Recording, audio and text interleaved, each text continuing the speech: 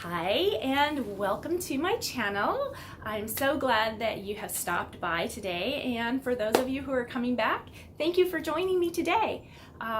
We are going to be talking about starting where you are with what you have and why that is one of the biggest principles to getting success.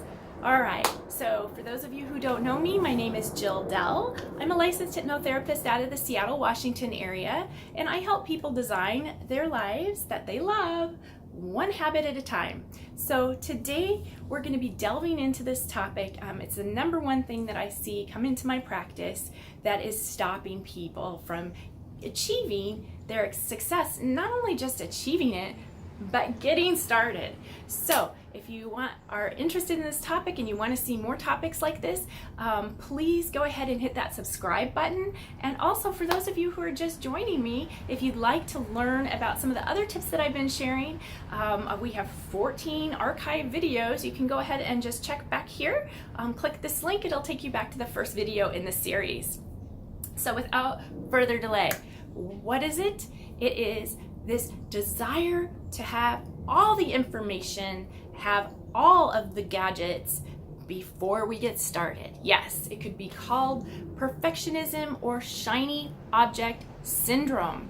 So, my friends, the biggest thing that stymies people in getting started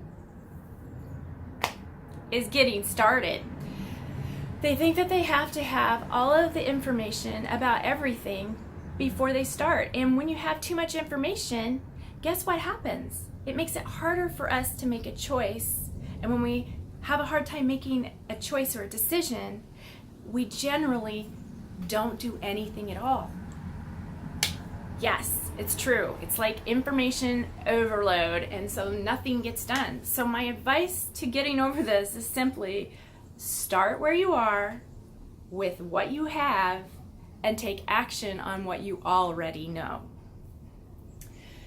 It sounds so simple, and it is so simple. So step out of your way and get outside or turn on that video for yoga or whatever it is, and let all of those crazy little things that you are thinking fall away and start with where you are with what you have and what you know.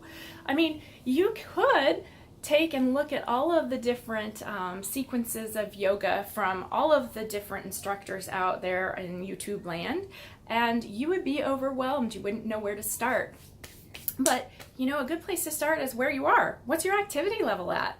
Are you doing nothing? Are you just coming right off of the couch? If that's the case, maybe you want to look at poses that are for stretching with a 5 to 10 minute duration, right? Perhaps you think, well, gosh, don't I need to have yoga anti-slip socks and a yoga mat and blocks and this and that? No, start with where you are with what you have. Take your socks off and put a towel down and start there. If you're doing something that requires safety equipment, then yes, like a bike helmet, for example, you probably want to have a bike helmet, and you know, you should probably get that before you go out biking, because you only have one noggin, right? So, you know, take your proper safety precautions, yes, but you don't need a $1,200 bicycle to get out and start biking. Just saying, when I started triathlon, I started on my 25-year-old mountain bike. All I did was I updated my mountain bike with a used set of tires and some new tubes. I got my bike tuned up, and that was it. That's what I needed to get out and start biking. I didn't have clip-in, pedals. I didn't have clip-in bike shoes. I didn't even have bicycle shorts, although I got those soon because my tushy.